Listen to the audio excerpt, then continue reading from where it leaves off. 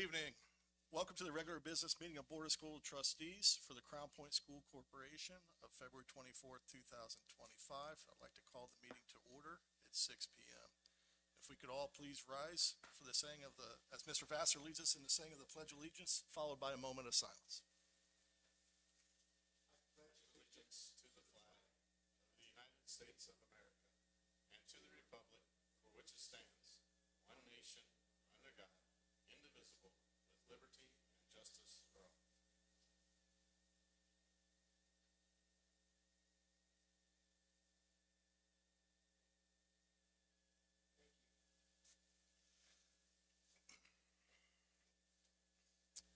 Thank you.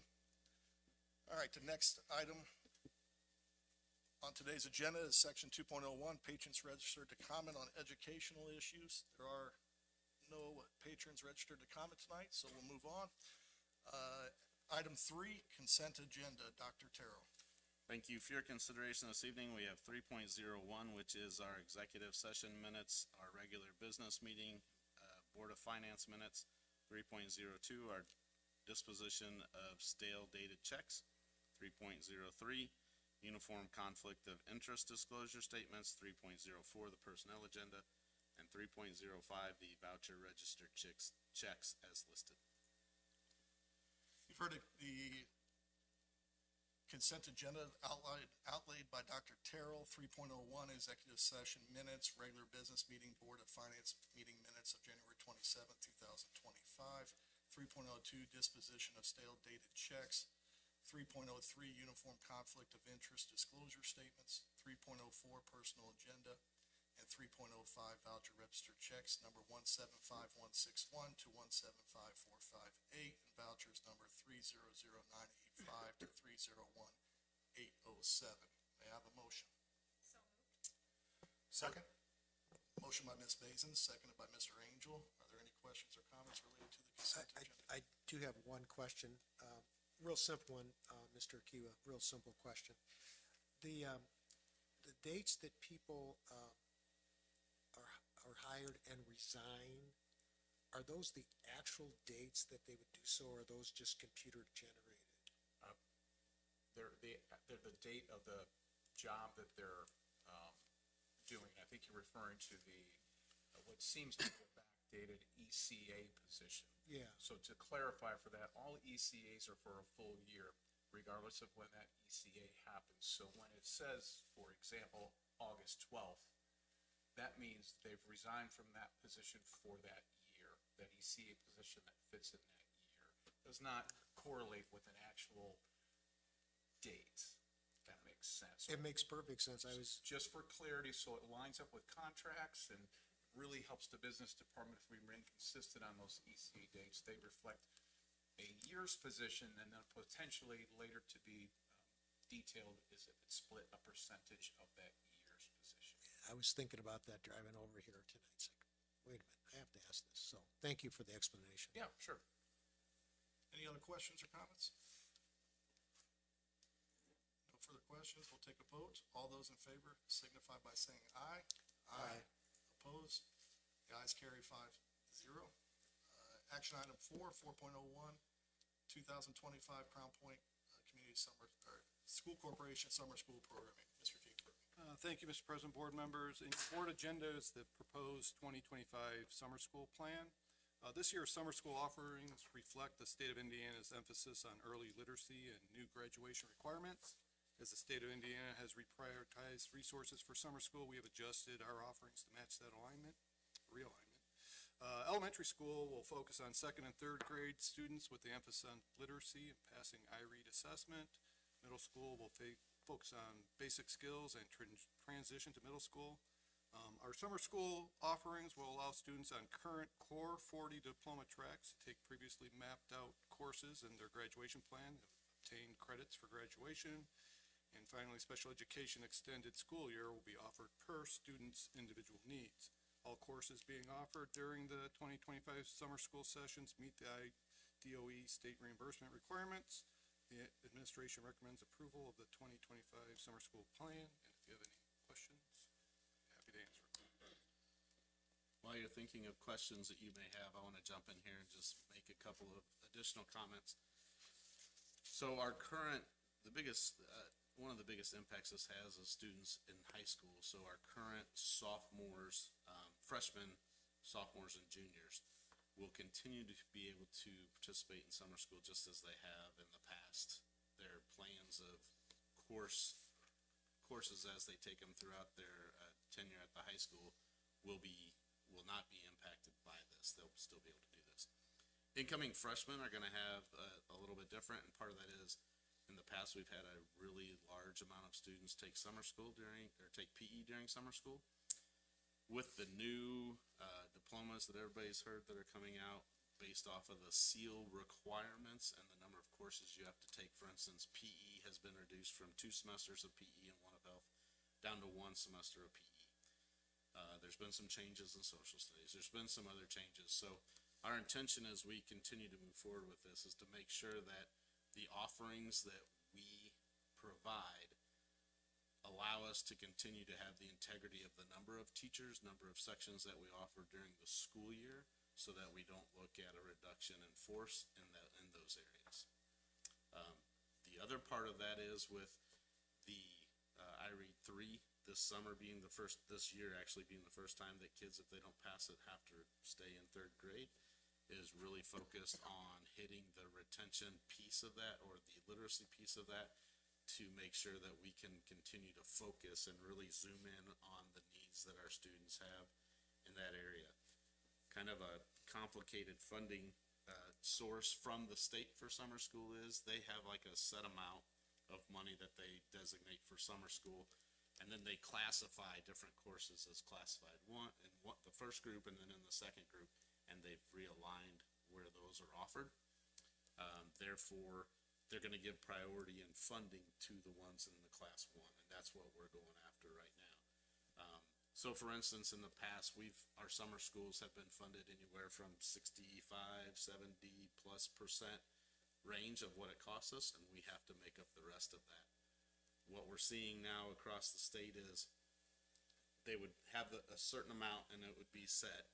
And then however many corporations jumped in and did summer school, then that pot just got diluted more, the more schools, districts that did this. My guess is that as we look at this literacy piece and having to retain students in 3rd grade, you're probably going to see people weren't offering summer school before, they're really going to hit that hard.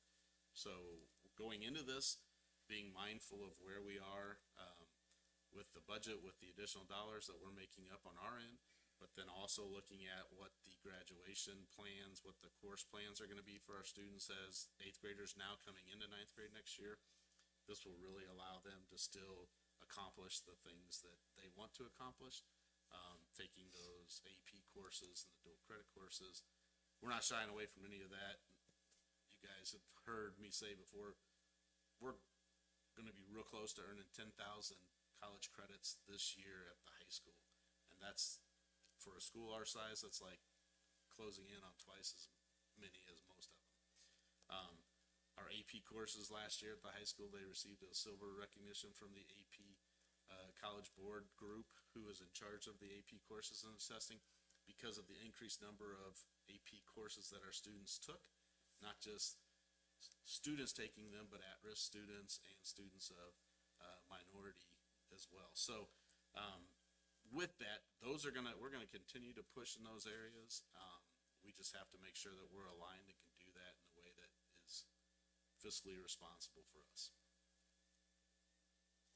Dr. Terrell, thank you for that. I really appreciated hearing you address that we're making sure we're not impacting students who are currently in high school with their paths, and then making sure that we're having as little impact on our teacher force as we can. Thank you for that explanation. Let me also say that we will be communicating out tomorrow morning with a message going out regarding summer school that will give parents, staff, more information and kind of clear the air on some of those issues as well. Waiting until the board took action tonight to begin that messaging. So expect that to hit early tomorrow morning. Dr. Terrell, I've heard some whispers and some things online I've seen where there's some discussion that these changes have been made as a result of the upcoming referendum, things of that nature. Can you comment on that? Sure, this is not a strategy that we are employing to persuade our community to pass the referendum, has nothing to do with that. This is just simply about addressing the needs for the graduation diploma seal requirement changing and the emphasis that the state is putting on literacy, especially at the second and third grade levels. Follow-up question. I noticed that it says what we're gonna be voting on tonight is the 2025 summer school program. Are there gonna continue to be modifications and changes as we move forward into future years? That could be, for instance, if the legislators in Indianapolis decide that they're going to put a bunch of money into summer school all of a sudden, we would reflect that as well. I cannot predict the future, but I don't see that happening. That's the one nice thing about summer school, is you get a chance every year to make a plan. Take a look at it. Yeah. Of course. Thank you. So just to clarify for the people watching at home, if the state doesn't make any changes, we would have been status quo on what we continue to do. But even though they made the changes with some of the funding, we're still giving the kids what they need to graduate. We just have to hold back because we're not getting that funding for PE or classes such as that. So the current freshmen, sophomores, and juniors will continue, even though funding has changed and what that's gonna look like. We're committed to making sure that they can finish out with the plans that they've already established for their coursework in high school. Yes, So nobody's gonna be shorted. nobody will short it. All right, thank you. Any other questions or statements? No, so we're not, definitely not having summer PE. I know that's always the most populous course in summer school, so. That is correct. Anything else? All right, you've heard the recommendations of the administration for approval of the 2025 Crown Point Community School Corporation Summer School Program. I think we're set to vote. All in Did we favor? ever make the original motion? Oh, No, I don't. may I have a motion? So moved. Moved by Mr. Angel and seconded by Ms. Basin. All in favor signify by saying aye. Aye. Nays? Vote carries 5-0. Thank you, Mr. Angel. All right, moving on to action item 4.02, resolution number 860, literacy grant supplemental payment. Mr. Kiwa? Yeah, thank you, Mr. President and board members. We bring to you this evening resolution number 860, referring to on the early literacy grant stipend. On December 15th of 2023, the Indiana Department of Education issued guidance related to the Early Literacy Achievement Grant established through the House Enrolled Act, HEA 1001-2023, also known as the Literacy Grant. The Literacy Grant funds in the amount of $29,695.89, or $29,695.89 were received by the school corporation for distribution to teachers, instructional coaches, and other school staff responsible for implementing and delivering literacy and reading instruction of students through grade 3. Stipend amount of $183.31 will be received by 162 staff members.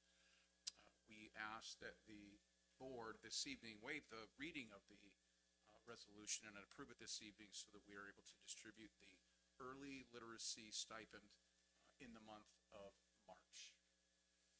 Thank you, Mr. Kiwa. You've heard the recommendation of the administration for approval of resolution 860 related to early literacy achievement grant and waiver of formal reading of the resolution. May I have a motion? So moved. So moved by Mr. Vassar. Second by Ms. Basin. Are there any questions or comments? With there being no questions or comments, all in favor signify by saying aye. Aye. Nays? The ayes carry 5-0. Moving on to action item 4.03, district-wide monument sign replacement. Mr. Reese? Thank you, Mr. President, members of the board. We bring before you tonight a project regarding the district-wide monument sign replacement across the corporation. Bids were received, and Legacy Sign Group was the low bid. With that, we recommend approval of the district-wide monument sign replacement project to Legacy Sign Group for $253,073. Thank you, Mr. Reese. You've heard the recommendation of the administration for approval of contract for the district-wide monument sign replacement project to Legacy Sign Group for the sum of $253,073. May I have a motion? So moved. So moved by Mr. Angel. Second by Just one question. When was the last time this was done to this level anyway? As far as these signs being upgraded or anything? I'm not sure if they ever were at this Okay. level. Right. And we've got some signs that as you drive by have where you can put messages on them, some that don't, some that look like they should have been updated in the seventies. So this will actually get us and kind of be that bow on all of the work that we've been doing to that final step. Kind of figured that, but just want to make sure that it was a long time ago. It was a very long time ago. So all of the signs then will have the capability of putting messages up? No, we're going away from that. What we found is in 2025, people that want messages are getting them through social media, going through the websites at our buildings. So these will be very similar to what is in front of this building and also in front of Taft Middle School. And signs will look very similar across the board in every one of our buildings. What do we do with the old materials?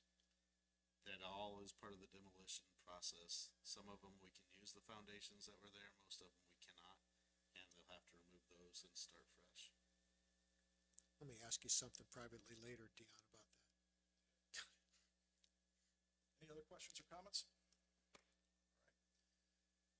right. All in favor signify by saying aye. Aye. Nays? All right, vote carries 5-0. Moving on to action item 4.04, Lake Street chiller replacement. Back to you, Mr. Reese. Thank you, Mr. President. This recommendation brings two parts. One is the actual purchase of the air conditioning or chiller unit. That was done through the statewide QPA. The other part is quotes taken to actually install and make it operational once it is received. With that, we are recommending contracts be awarded to Carrier Corporation through the state QPA in the amount of $209,807.95 for the purchase of the new chiller, and to Precision Temperature Control in the amount of $130,750 for the installation of the chiller. You've heard the recommendation of the administration that contracts be awarded to Carrier Corporation in the amount of $209,807.95 for the purchase of a new chiller, and to Precision Temperature Control in the amount of $130,750 for the installation of the chiller. May I have a motion? So moved. Moved by Mr. Vassar. Second. Second by Mr. Angel. Are there any questions or comments?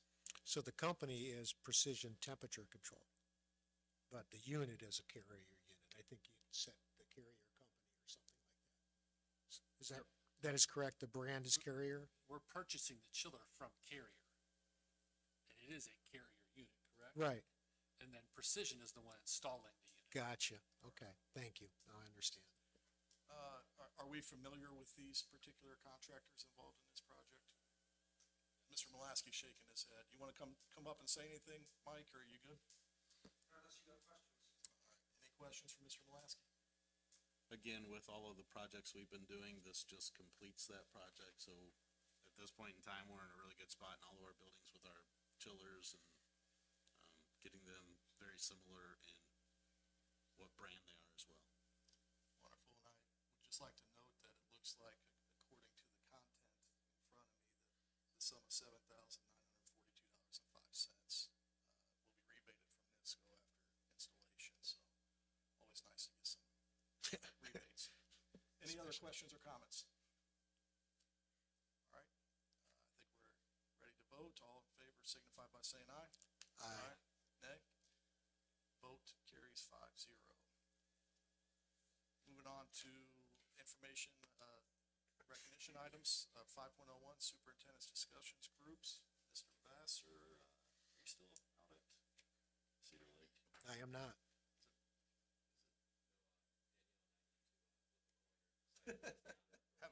Have a discussion about who's gonna tackle that? Sure. Just make sure you don't get too upset at each other. I know you both probably really want to tackle that. So, absolutely. All right. Mr. Vassar, or, I'm sorry, Mr. Angel out in Winfield. No, Winfield's still not meeting on a regular basis based on funding. Excellent, thank you. And Mr. Vassar from Crown Point. Yes, I had the pleasure of meeting with Crown Point, or being on the Crown Point Redevelopment Commission. last month. We have our next meeting next Monday night.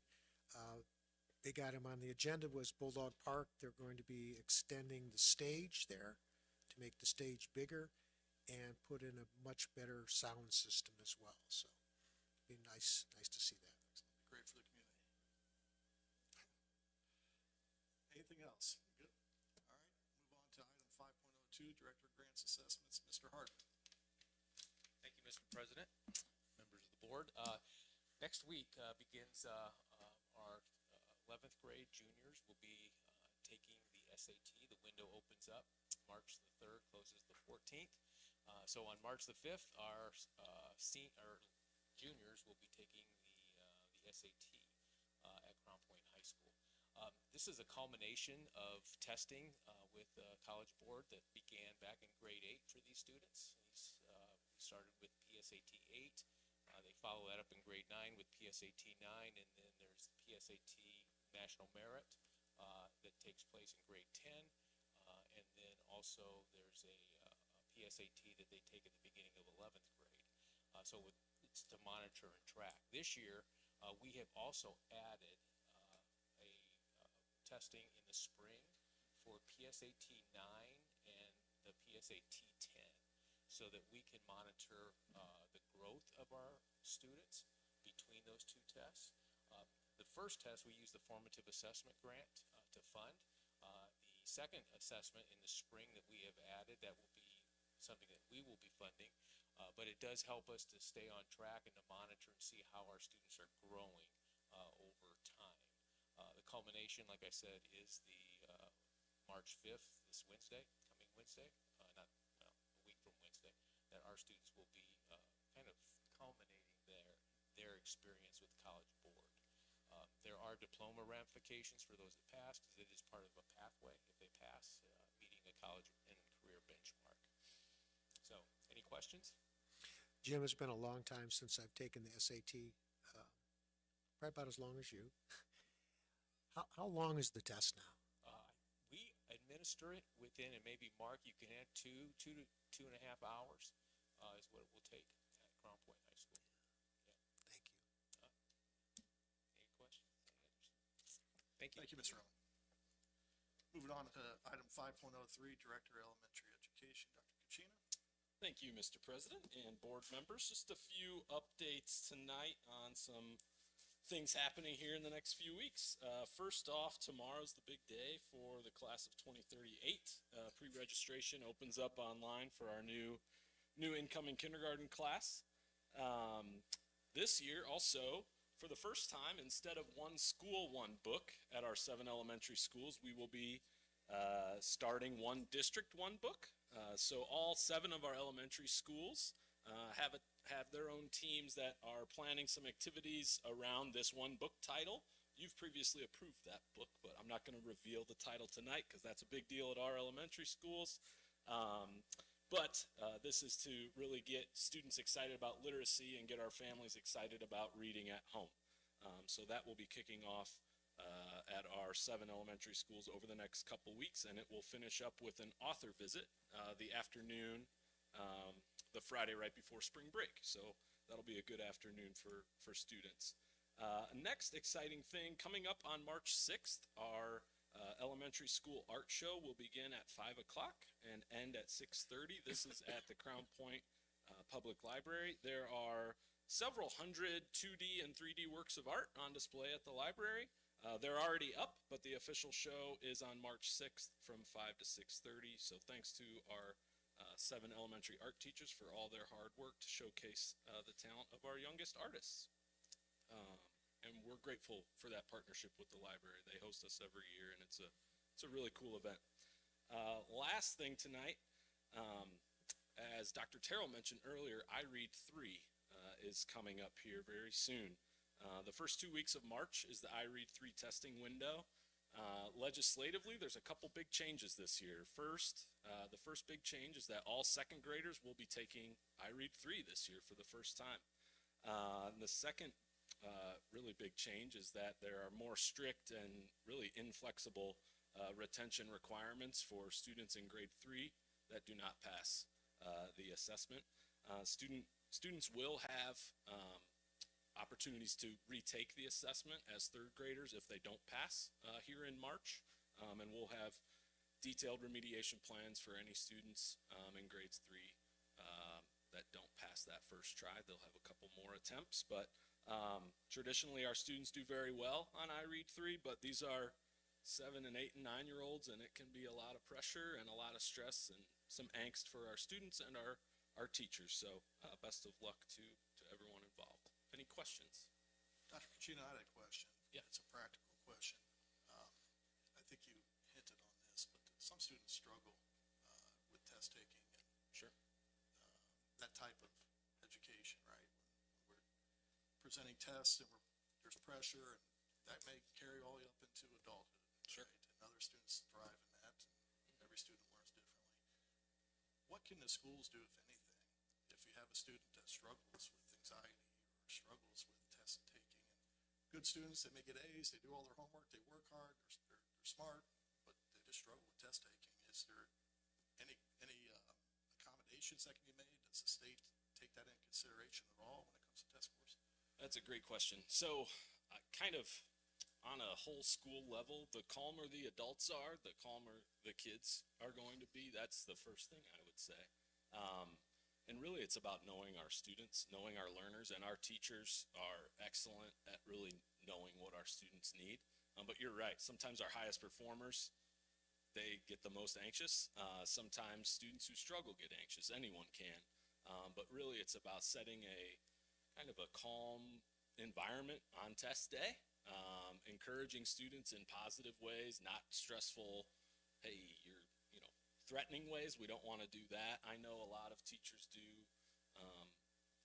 cool ideas to have parents write students a note of good luck on test day, different things to encourage students to be at their best. But if students do need some accommodations, there are also options that we're allowed to put in place from the state to give students, certain things like small group testing or breaks during testing, things like that. Thank you, Dr. Cucino. Any other questions? That was a great response to that question, Nick. Softball question for you. Library hosting the elementary art show. We can go there now to see that. Is that what you're saying? Yes, Okay. that is on display already. But from 5 to 6:30, I think we do like 2 or 3 schools at 5 and then 2 or 3 schools at 5:30, kind of spread it out because parking might be tough. But each school has, I can't remember the exact number, but a good chunk of student work on display, but it is already up. Thank you.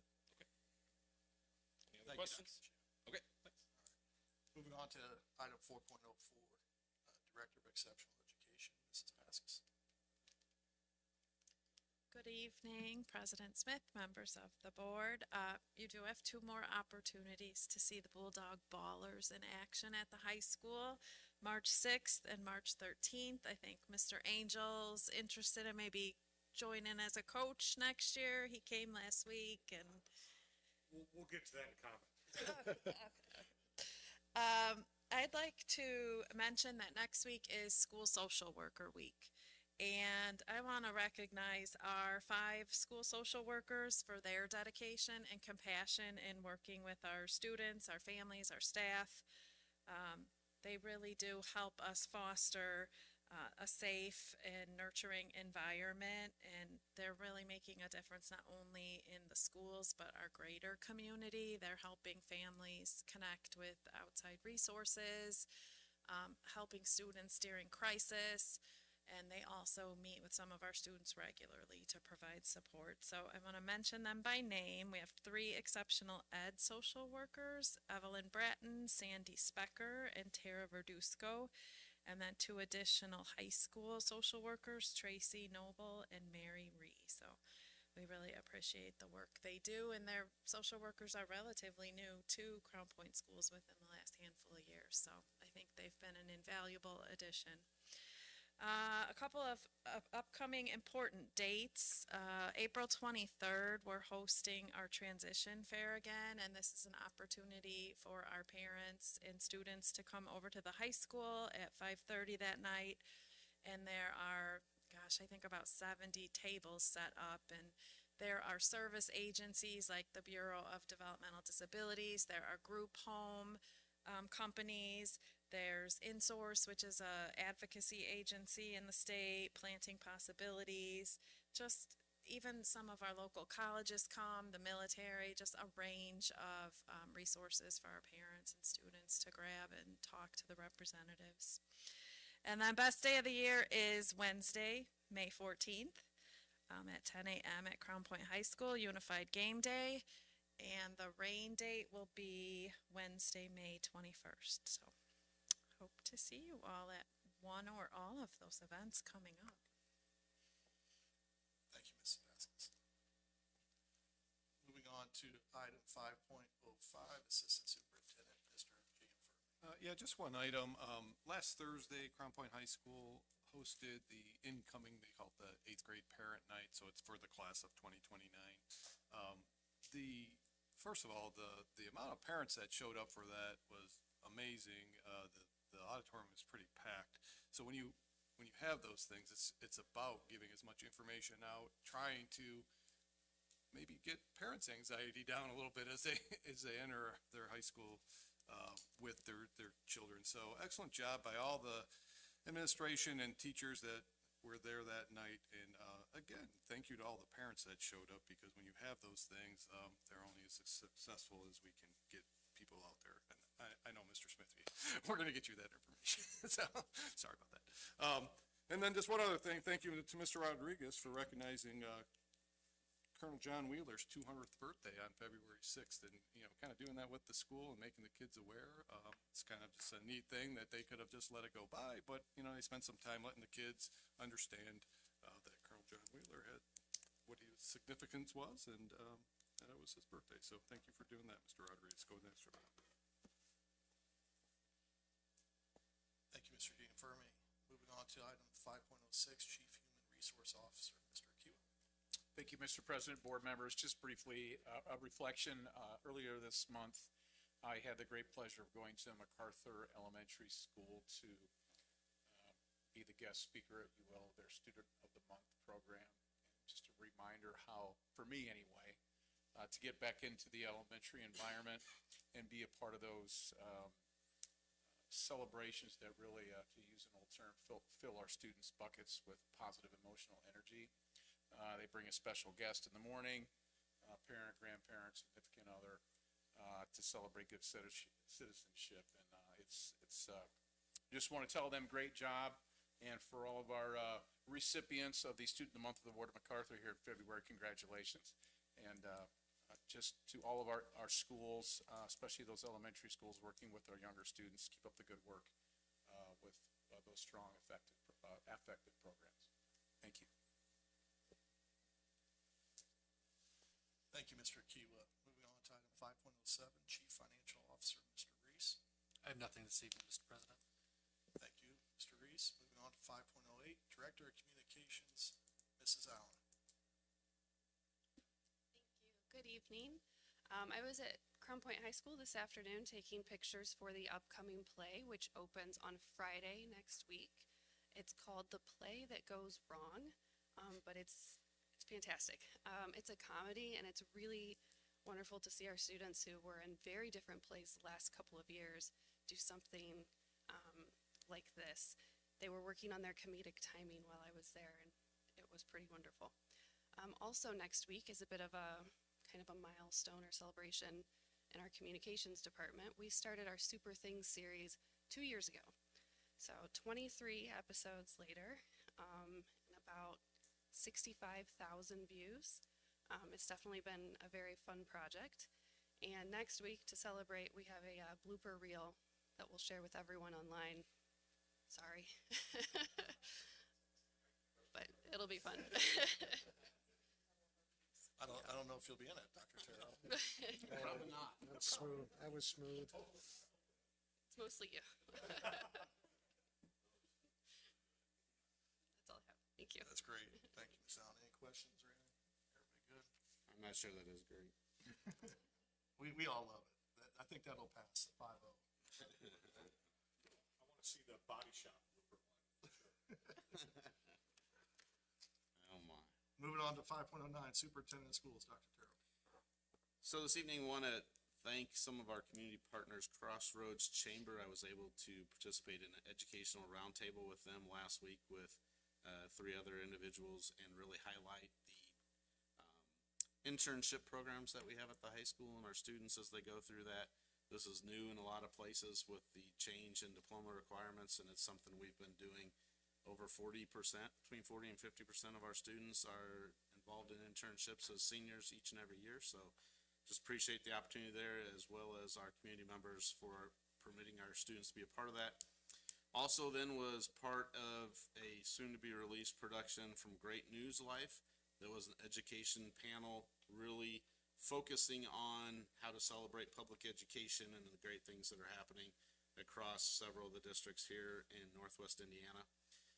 Lastly, just want to thank our partnership with Crown Point Educators Association on a lot of things, but especially right now with the legislative session going on, the opportunity to meet with them, and then also to have representatives from the CPEA going down to the State House, being present and sharing the Crown Point story, rather than just protesting against whatever's going on, is really sharing what's happening here in Crown Point, and just appreciate the efforts there. So thank you. Thank you, Dr. Terrell. All right, other business of the Board of School Trustees, 6.01, other business of the board. I think we'll start with Mr. Vassar, if that's okay. Yeah, this would be legislative update for everyone. So I apologize in advance. This will be lengthy. We have a lot to cover, and fellow board members, I do invite your dialogue on this as well. So you have received already my report from last week's State House Day, which is held downtown just across the street from the Capitol building. And I'm not going to go through the entire document, just to point out a few things, but as you may remember from your government class, that bills pass from, they have to move from one house, one chamber to the other before it gets to the governor's desk. So anything that did not move from the House to the Senate, dead. Anything that did not move from the Senate back to the House is dead. So reporting on that is only 37% of the bills moved to the other chamber. Out of 184 bills, only 37% moved. But there's a big however with that, which I will get to in a minute. So on your sheet, you have it both on your computer, and you have a hard copy as well, that those bills that were in there, I'm just going to highlight a few. These may not be the ones that you wanted highlighted, but we can talk about anything that you want on there. On the section B on that paper, key kindergarten through 12th grade bills supported by the ISBA. Look at number 3. This is a big change if this goes into effect. House Bill 1498, which would establish new categories of school performance. So no longer will schools receive an A through F performance grade. That's big, because we've had A through F for quite some time, just to let you know that. Just to clarify, Mr. Vassar, before we go on, we're talking about the actual school grades that the state gives, not the way we grade our students. I just don't want anybody to. That's a really good point. Yes, this is school grades, not student grades. None of this has changed at this point. They have until April 29th. That's when everything is finalized. And this being a budget assembly, they're preparing a budget for the next 2 years. That's how that works as well. Education bills were 184. There was over 1,200 bills presented. So if you look at number 4, right below that, House Bill 1500, that is changing. That changes the landscape drastically in teacher evaluations. So rather than having teachers rated as highly effective, improvement necessary, and not effective, that would change to recognized, exemplary, or a master teacher. But those would be competitive grants, not automatic grants by the state. you'd have to apply to get those. But if you look at the language in there, which I included, it replaces the current teacher,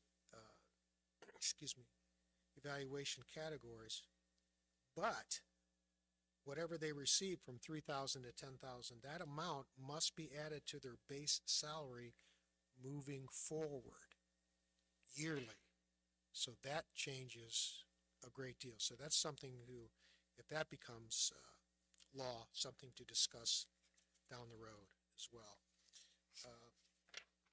Moving on to the section C, and I'm looking at bills that were opposed by the ISBA, and I'm looking at Senate Bill 1, which is number 5 on your list. It allows for property tax deferrals and tax breaks for disabled veterans and first-time homebuyers, which that's fine. But we'll look at the section on, they tucked in school referendums in this bill, may only be on the net ballot in general election years. That seemed to gain a lot of strength down there when I was with the group last Tuesday. It also restricts what can be included on a referendum ballot. Included in this bill, though, that was posed, was a property tax bill. As of last Tuesday, if that went all the way through to be law, our school system would be resulting in a net loss over the next 3 years of $1.4 million. That's a lot. That's a lot. And finally, I know I'm skipping over a whole lot here, is that if you go to section F on the Education Committee panel, this was the most long-winded presentation I've ever heard in my entire life. And but the bottom line here is the governor, his quote is that everybody's getting a haircut. Well, I don't think everybody needs a haircut. That's my personal opinion. But the move in education is from this industrial model that we've had forever to an outcome-based model. What are the kids achieving? How are the kids growing as far as evaluations of schools and so forth? Now, that's my notes from last Tuesday before I moved to something else. Any discussion or questions on any of those that I put? Anything?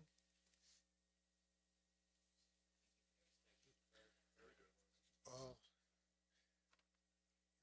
you're quite welcome. Now, here's something you don't have a copy of, but this may hopefully leads to some serious discussion on our part. Mr. Smith and I have already talked about this in advance, but remember me saying that only 37% of the bills passed from one chamber to the next. And I said, but there's a big however.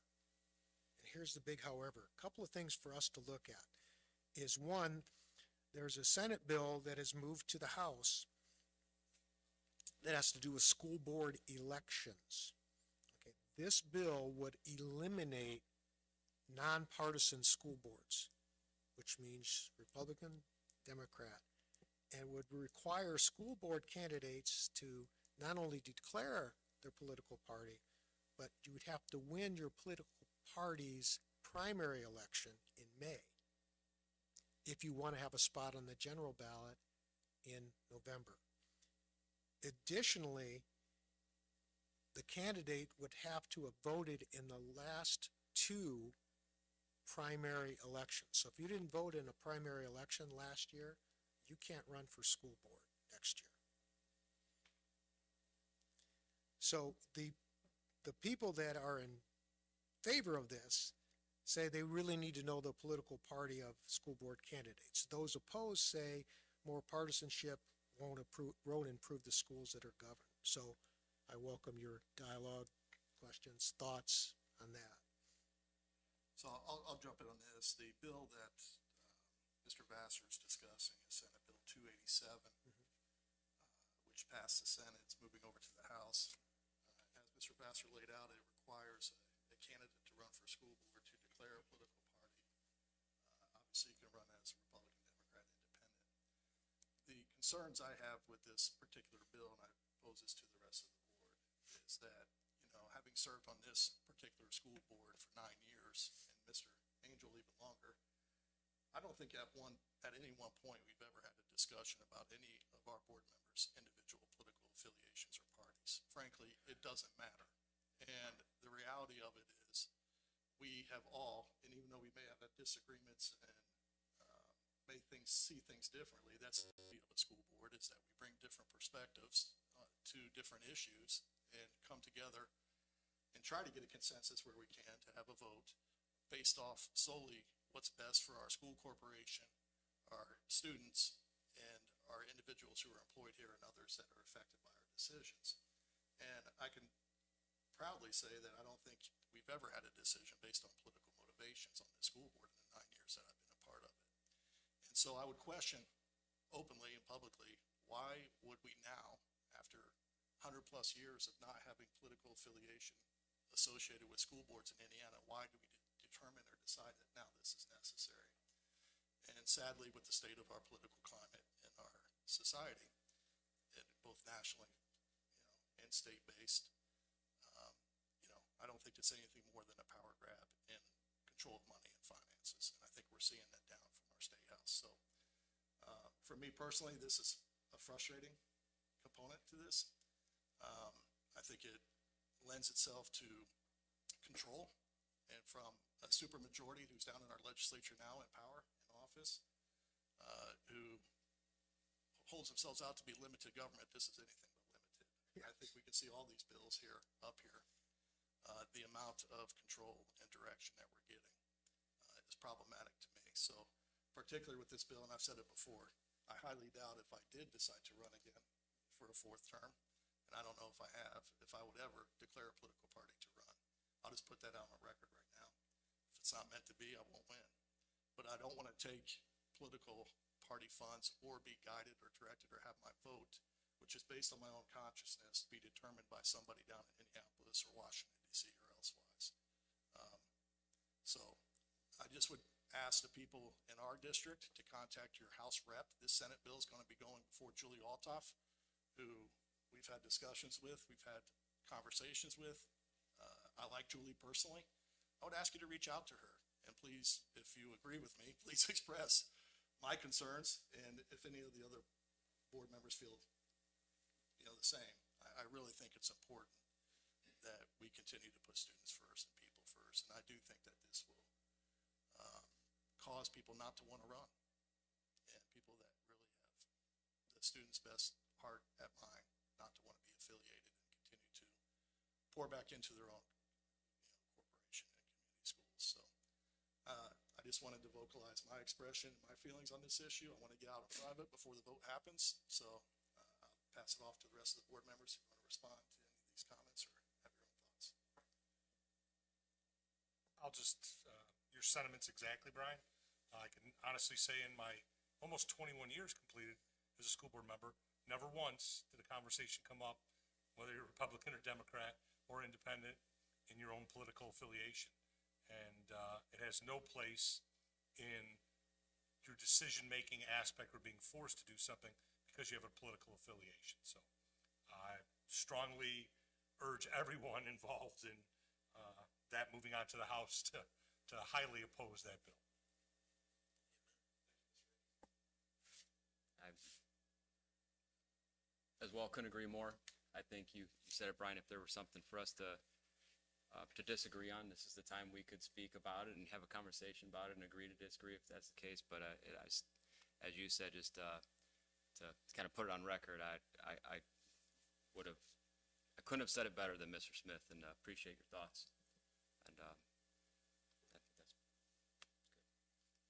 I'll just add one other thing. It's shocking that even this comes up, knowing that it's worked for so long in this state, of just having people run based on the fact that they want to make the right decisions for kids, education, and to throw political affiliation into me just it's absurd. I'll finish with that. I guess I would have a question that I believe we do know the answer. Different school districts assign board members, 5-man board, 7-man board. Some are appointed, correct, in other communities. Has there been any conversation about that. This is not it's a statewide, it seems like it would be difficult transition for everybody.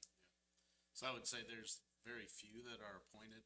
Valparaiso near us is. Yeah, that's, But they're one of probably less than 5 in the state of Indiana who Okay. are.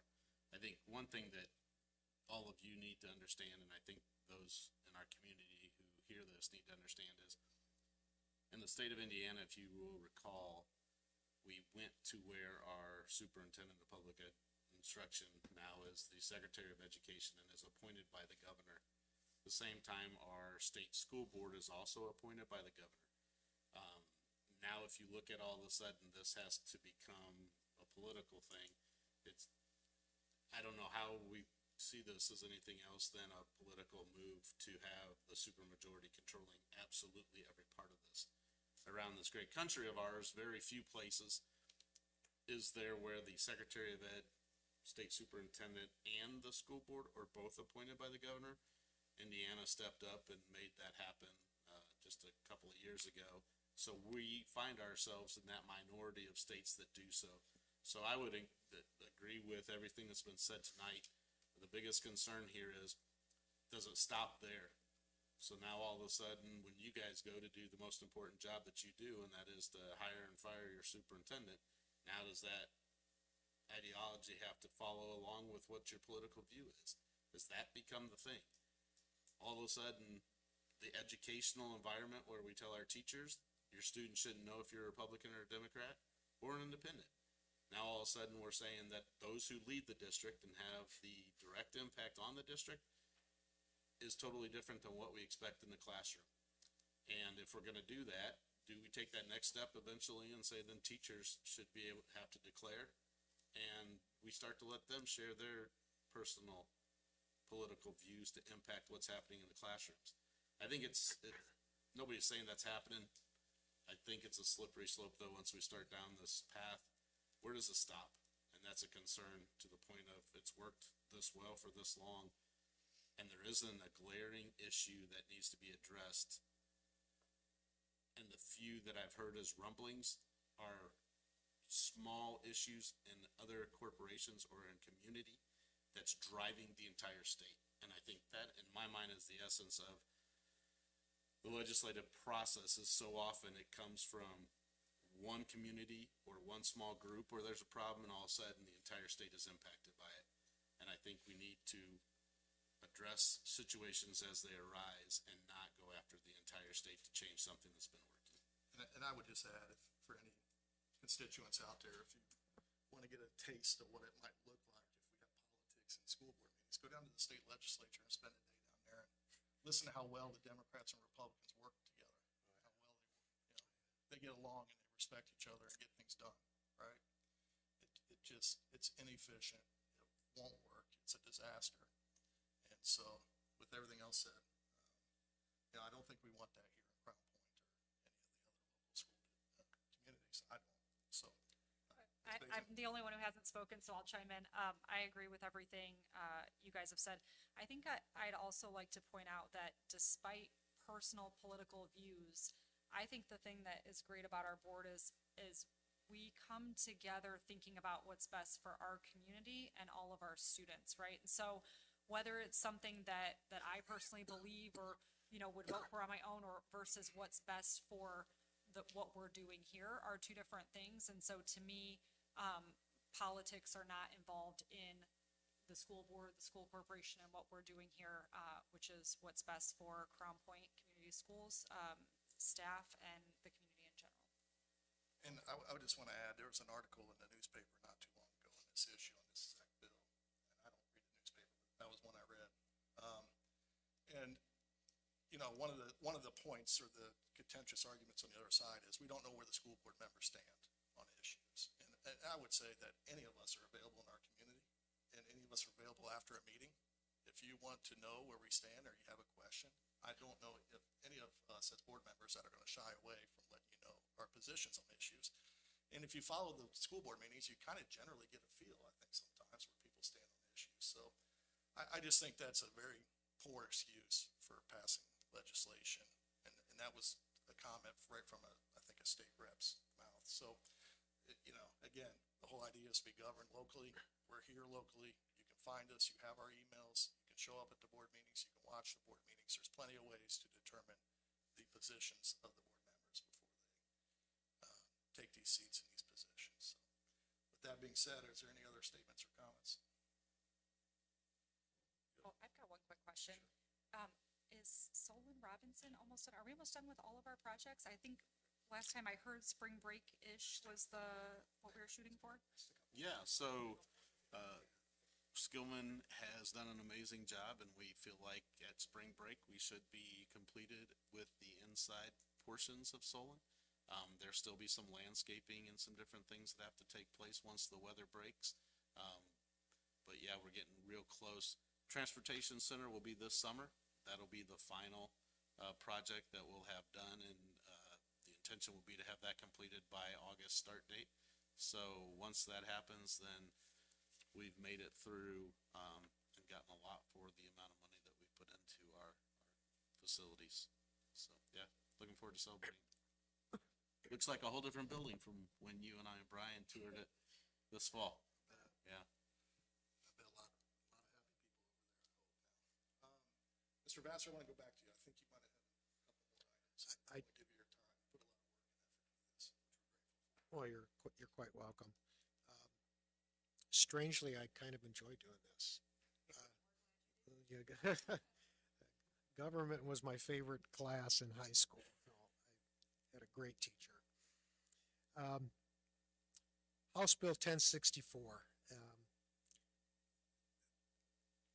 This is the commonly referred to as the Indiana High School Athletic Association bill. This bill would allow students to enroll in another high school for athletic reasons, primarily for athletic reasons. So hear me out. If I'm going to speak for myself on this, and the other board members will as well. But whether you're here in person, you're listening at home, you're a reporter, I'm just going to say this. This is an absolutely terrible bill. It is terrible. So please listen, because if this bill passes and goes into law, here's what you can all expect. Not just in Crown Point, but in every school district, every community in this state. You can expect athletic programs at some high schools are going to close because they're not going to have enough kids to compete as a team. You can expect your child's spot on a team to be taken by another athlete who doesn't even live in our district and whose parents don't even pay anything for referendum taxes whatsoever. You can expect the integrity of our coaches to be challenged as they try to keep up with the competition that will be lopsided at best. You can expect schools that take in athletes to have lopsided game scores and competition to lessen. You can expect closed enrollment schools such as ours to perhaps become open enrollment schools because this bill could lead to lawsuits from parents who want their kids to play on a winning team. And this bill opens the door to that. You can expect our current facilities to maybe need expansion to accommodate the influx of new athletes, all on the backs of those who have legal settlement in our district and also pay school referendum taxes. You can expect schools to close athletic programs due to a lack of numbers. You can expect coaches to openly recruit athletes because their jobs are evaluated by their win and loss record. You can expect people to lose their integrity as they coerce kids to change schools because of a perceived better athletic program. You can expect schools that are currently have winning records to grow even stronger and better, thus forcing a level of competition to be diminished. You can expect parents in the bleachers who do not even live in your town and have absolutely no vested interest in your community other than that athletic team. And you can expect this bill to be a gateway to opening up other areas for school transfer, such as performing arts. You only need to look at what is happening in NCAA sports, in that portal, that transfer portal, where athletes are transferring to the highest bidder and a mockery of college sports is being made. I don't think we want that in our high schools. As Mr. Smith said, I would ask that you contact your state representative and your state legislator to let them know you do not support this, and neither should they be supporting this. Every person sitting up here on this dais, every one of us, has been a high school athlete. Some have been college athletes. And you know how negatively this would affect kids. You have to know that in your heart. When I was in Indianapolis last week at the ISBA legislative meeting, the loudest applause in the room came when it was announced that House Bill 1136 had died. That bill would have eliminated school corporations, would have eliminated the corporation and made them into a charter school if 50% or more of their kids didn't attend their schools and went to a charter school or a private school or a parochial school. That would have affected just two districts in our part of the state. However, many of those districts would have never been affected by this bill, chose to renounce it in public, and that's commendable. And they all stood up and cheered last Tuesday, and neither the two districts that I'm not citing their name, they weren't even in attendance, but the other districts supported because it was absolutely wrong to do. So tonight, Mr. Smith, I'd like to make a motion that our school board does something similar to what others have done in the past, to make a public declaration of disdain and renounce House Bill 2016. We owe that to our kids, to our parents, our communities, and quite frankly, to the entire state of Indiana. So I will be making that motion. I invite your comments. 1064. Let me clarify just a few things. Thank you, Mr. Vassar. The information that was shared, I just want to make sure the record's real clear, the public understands that currently Crown Point Community School Corporation is a closed enrollment school. And so therefore you cannot attend Crown Point schools if you do not live within our districts, our school district. And it will remain that way. So, it's very important, at least for me, and I'm speaking on my own behalf right now, that our parents and our individuals and the families that live within our district understand that for anybody to come and transfer and play in Crown Point, regardless of what the legislature does with House Bill 1064, or what the IHSA rules may say, because it may not have to go through the House bill. It could just pass by IHSA rule, and they just say, we're not going to monitor this any longer. You would still have to, or be required to move within the Crown Point Community School Corporation our school corporation limits. And so I think that's really an important factor and needs to be clarified before I pass to the rest of the board. I understand that when I read the House Bill 1064, obviously IHSA and athletic directors were involved with those decisions for transfers for students. Ironically, the one thing that stuck out to me is that it only applied to athletes. It didn't apply to anybody else involved in extracurricular. So if you wanted to change schools for theater, band, orchestra, you could do it. It was never asked. It was never an issue. It was only athletes. And I found that very interesting.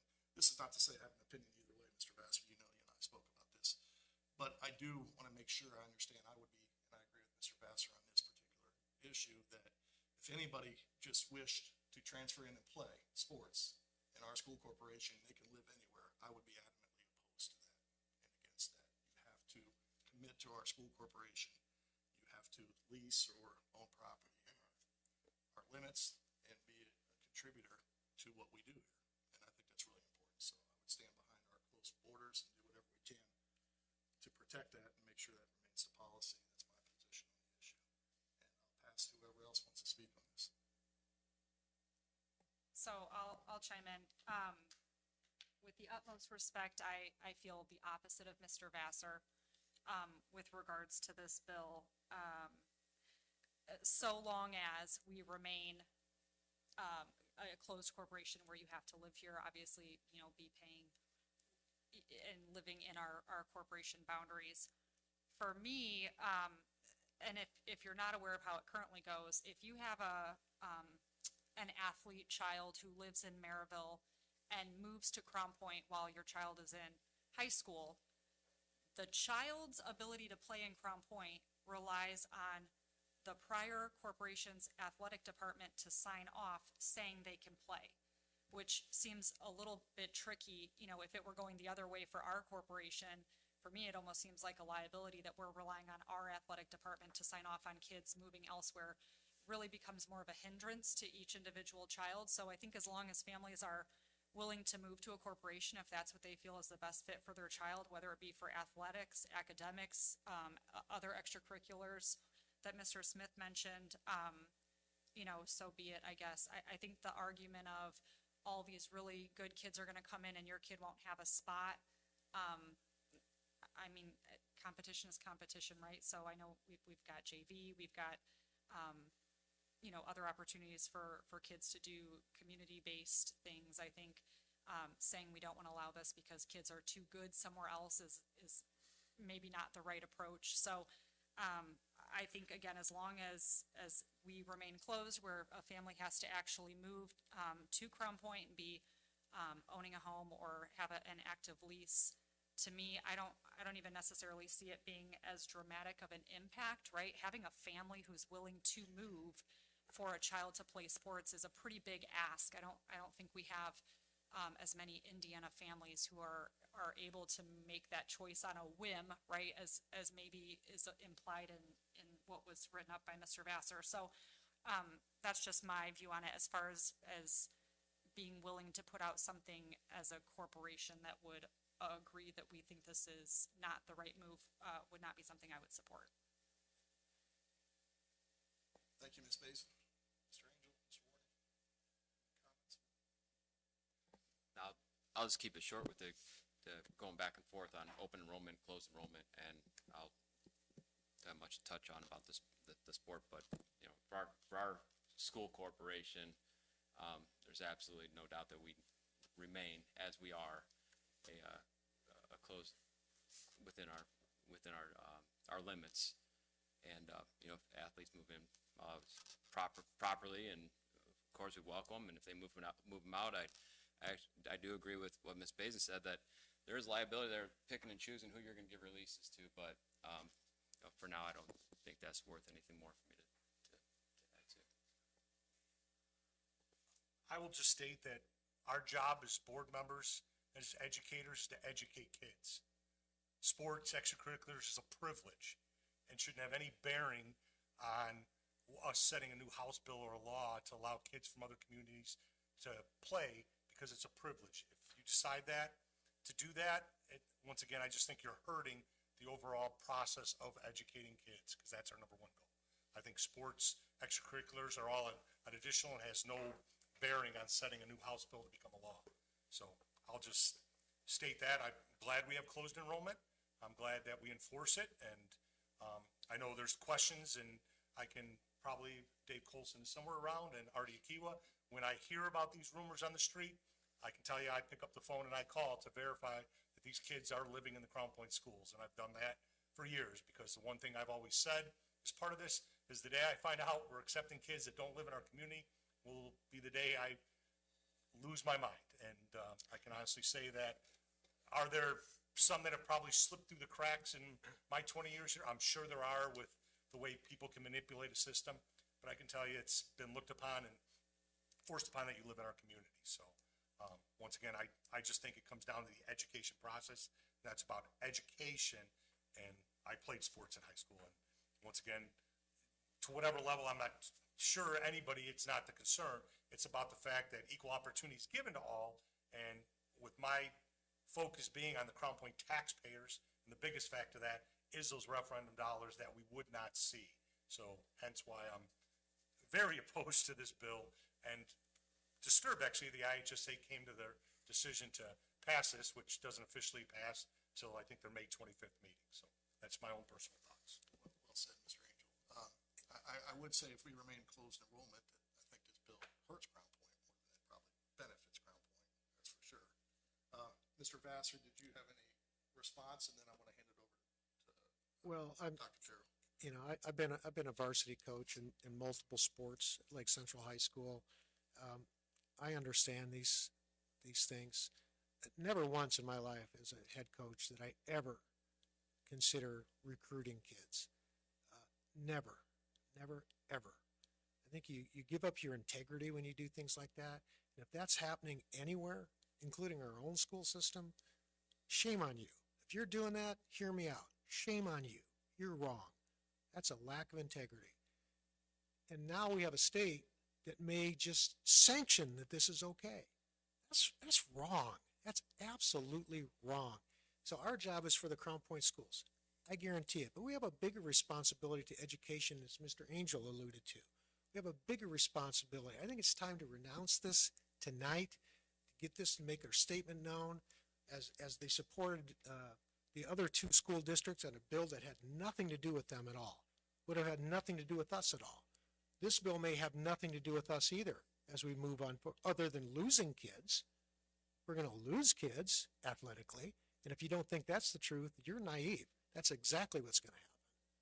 So, Mr. Smith, again, I move that we make a declaration tonight that we renounce this bill. Thank you, Mr. Vassar. And I'll get back to you on that motion. We'll address that in a minute, but I want to give Dr. Terrell a chance to respond. He's listened. I'm sure he has something to contribute as well. And thank you all for your comments. Quite welcome. I think the one common thing that I've heard from each one of you tonight is that we want to continue to be a closed district. When this first started to gain traction, and I know Mr. Vassar mentioned it early on in the legislative session that this was one that he was going to particularly keep his eye on, ran it through legal and have revisited that. And there is nothing by this passing, whether it's just through IHSAA regs or through a bill being acted into law, that can force us to begin to do that. So we will continue to be a closed district. As Danielle mentioned, that's exactly the thing that will change with this, is that if we have a student who is living here and they transfer to a private school and want to come back, there's been that back and forth where they could even have to give up time and play. As far as being an athlete, that would change and they would immediately, one time, be able to come back. So for us, you're right. There's not a lot that's going to change to that. We're committed to continuing to be a closed district, and our kids, you have to move here to play here. I'm not sure it's going, that 1064 with this language is going to continue to exist. Many people that you talk to around the state, that this was the threat, if you will, for IHSAA to be motivated to make the changes that they've made. At the same time, the legislative session will be over before this goes to the IHSAA Board of Directors for a formal vote on May 5th. As far as making a resolution, that is totally up to all of you. Whatever you decide to do with that, we'll follow along and do what we can. Understood, Dr. Terrell. Thank you for your comments. Mr. Vassar, before we address your motion, Yes. is there anything else that from your legislative outline that we need to discuss? I know those are the Senate Bill 287 and House Bill 1064. Well, two big ones. I emailed you that incredibly long update. We don't have enough hours to go through that, so. Understood. Anything else that you would want raised at tonight's meeting before we move? I don't think so, unless all of you had any questions. Anybody else? So in regards to your motion, Mr. Vassar, I mean, we're at the other business Board of School Trustees, 6.01, right? We don't have it, I don't even know if we could, I guess it would be I'm treated as an informal motion, you know, a public declaration, but it obviously does not carry merit. It's not on the agenda, I think, you know, to make it official. It will carry merit to other districts who look at us. I understand, but you understand that it's okay. So, and then of course we have to have a second just to make a declaration in general. So, you guys heard, the board has heard the resolution or the request for a resolution or motion by Mr. Vassar related to House Bill 1064 that's currently pending down at the State House. And he's asked us as a board to bring that before the board and essentially speak out in that's correct. And that we will continue to stand as a closed enrollment system. So, and maybe we need to bifurcate those issues pending the board, because I think Ms. Paisley's gonna have probably a different position with each, so. We'll raise the closed enrollment first, just as a public declaration, so we'll take your first motion, Mr. Vassar, as a public declaration that Crown Point's Community School Corporation will remain a closed enrollment school district. And, if we could have a second on that issue. Second. Second, yes. Everybody seconded. Yes. Mr. Vassar made a motion. Who seconded, Mr. Angel? Mr. Angel? And so, as an informal vote again, all in favor signify by saying Aye. aye. And the nays, 0. Okay. So, Mr. Vassar will address your second part of that motion, which is House Bill 1064, which is pending down at the State House, to publicly again speak against that House bill. And so we have a motion by Mr. Vassar. Can I just ask that we consider just as wording of a declaration of opposition against House Bill 1064? Thank you for articulating. That would be very good. That's, Well done. that's years of experience there for a guy that's I just want to make mess sure over everybody's here. clear so that Yeah. it's understood exactly what this would be for. Ours. Say it again, Mr. Angel, Well done. because that's what. So this would be a declaration of opposition for House Bill 1064. Thank you. So we have a motion for House Bill, declaration of opposition of House Bill 1064. Motion by Mr. Vassar. Do we have a second? I'll second. Okay, second by Mr. Angel. There are more to portions of 16 of this bill, 1064, than just that. Are you opposing all of it or just that portion of it? That's a very good point. Thank you for bringing that up. Just, in my view, in the motion would just be, excuse me, something in my throat, would be relative to the athletic transfers. So the declaration of opposition of House Bill 1064 is an only relationship to the transfer portion, athlete transfer of House Bill 1064. Everybody understand what your. My grammar is known to be. No, I think you did well. All right. Is everybody clear? Diana, you clear? All right. So we'll put this to a vote. It's going to be limited, the opposition to 1064, limited to the athletic transfer portion of that bill. Okay? All in favor signify by saying aye. Aye. All opposed, say nay. All right. And so the vote would be 4-1, Diana, in favor of opposing House Bill 1064 as the athletic Yes. transfers. All right. It's tricky. Very good. All right. Let's move on now. Item 7, board statements of appreciation and recognition, 7.01.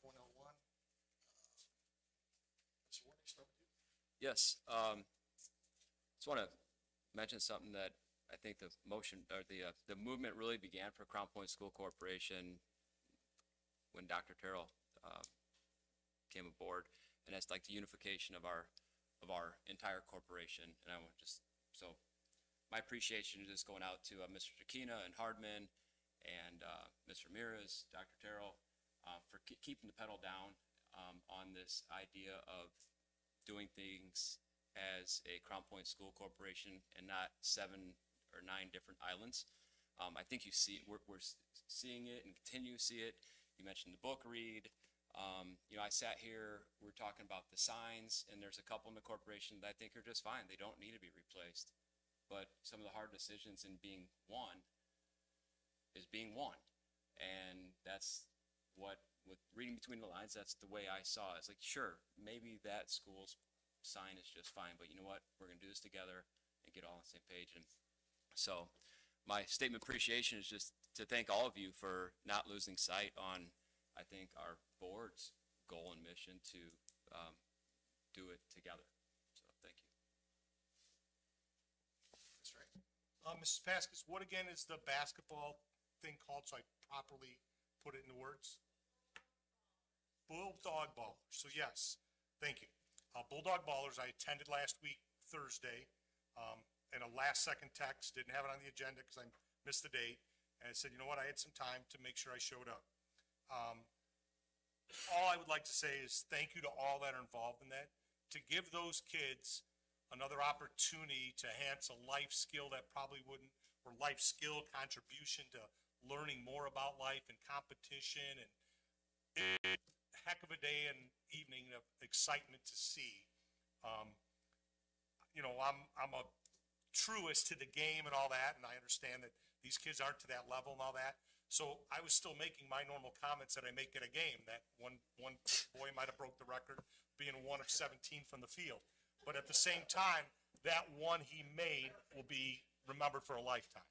So I put it in perspective, but it's just the way I work. My mind works that way. And I was near Mrs. Paskus, and she was shaking her head as I'm making some of these, but at the same time, enjoyed every minute of it, seeing that, you know, some of the kids have to be walked with the chaperone on the court just to even participate. And the fact that they're even given an opportunity to do this, to do that, is just an amazing thing to be seen.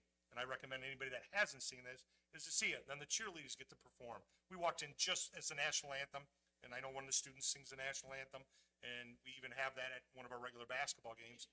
And it's just amazing to see that they're part of everything else. And that's what I think it's all about. So, Bulldog Ballers, congratulations to all those involved, and the patience level of even one of our teachers, Danny Altman, refereeing the game, and the coach for the Lake Central team that was there, you know, cheering on our kids just as much as he's cheering on his own, making sure that every kid has an opportunity to score a bucket, whether it be a regulation hoop or one of the little mini hoops, is just fantastic. So with that being said, I just want to make sure everybody involved in that entire program, even the Lake Central, get a little note of thank you for making an evening enjoyable for, I don't know how you couldn't have enjoyed that evening. And there was a lot of administrators there. Mr. Reese was there, Mr. Gianfermi, Mr. Mears was there, obviously Mrs. Paskus, and probably others, but those are the ones I did see. So thank you to all of them that were part of that evening. Mr. Vassar. In keeping with my tradition of thanking people behind the scenes, late last Thursday afternoon, I was coming home, and one of our school buses was on the side of a road on Pratt Street with its safety flashers on, and nobody around. And so I saw the bus driver standing up and in the front of the bus. So I turned around and parked behind the bus and just wanted to see if he was okay. And thank goodness he was okay. But it just brought me to even further realize these people driving these buses, they're not only driving a multi-ton vehicle and smelling diesel gas all day. The precious cargo that they're hauling can't be replaced. So kudos to our bus drivers and everything they do. God bless them all. Thank you. All right, I have two tonight. I'm always long-winded, so this won't shock anybody. First and foremost, I want to thank Mr. Vassar. He really does, like, you guys can't see at home how much he puts together for all of, following all the legislative updates that he provides, and as those come out, he sends those to us and has everything printed out and highlights, and I really appreciate that, because that is not my forte at all. So the ability to have everything kind of just put into bullet points and highlights so that we can review it is really helpful. And mostly, I always appreciate when we can disagree and do that respectfully.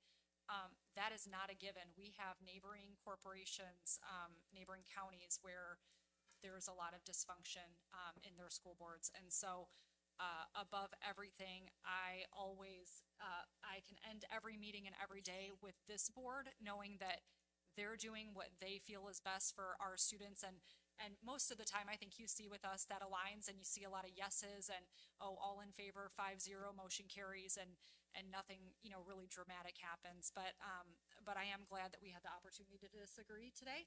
And I have the utmost respect for what you put together for us and your opinions, and whether or not that aligned with mine tonight is not the main message. The main message is how much I appreciate each of the folks up here and their ability to converse respectfully always. So, and my second one is, as we're going into testing season, I have so much appreciation for teachers on this. I taught second grade, which was not a standardized testing grade. Now we have iRead in second grade, amongst, multiple other tests that are going on here in March. And so, to the teachers who feel all of that stress and yet don't put any of that stress on their students and keep everything together and help kids who didn't have the hair tie that they wanted to wear today and still make sure that that kid sits down for their test and gives it their all. And for that, I'm speaking to probably my child's second grade teacher, because if she couldn't find the matching hair tie, then all bets are off as to how that test is going to go. But so much appreciation for the teachers who put all, they're all into the kids every day and then have to kind of get them up and ready for producing results on the test. So huge thank you to all of our teachers and as well to our students and our families who are getting those kids ready for their tests. Thank you, Ms. Basin. Well said. Again, I'll just reiterate what Ms. Basin just indicated to the board. Well done tonight, voicing your opinions and votes, and that was a productive night. Let's call it that way. All right. So very good. Well done.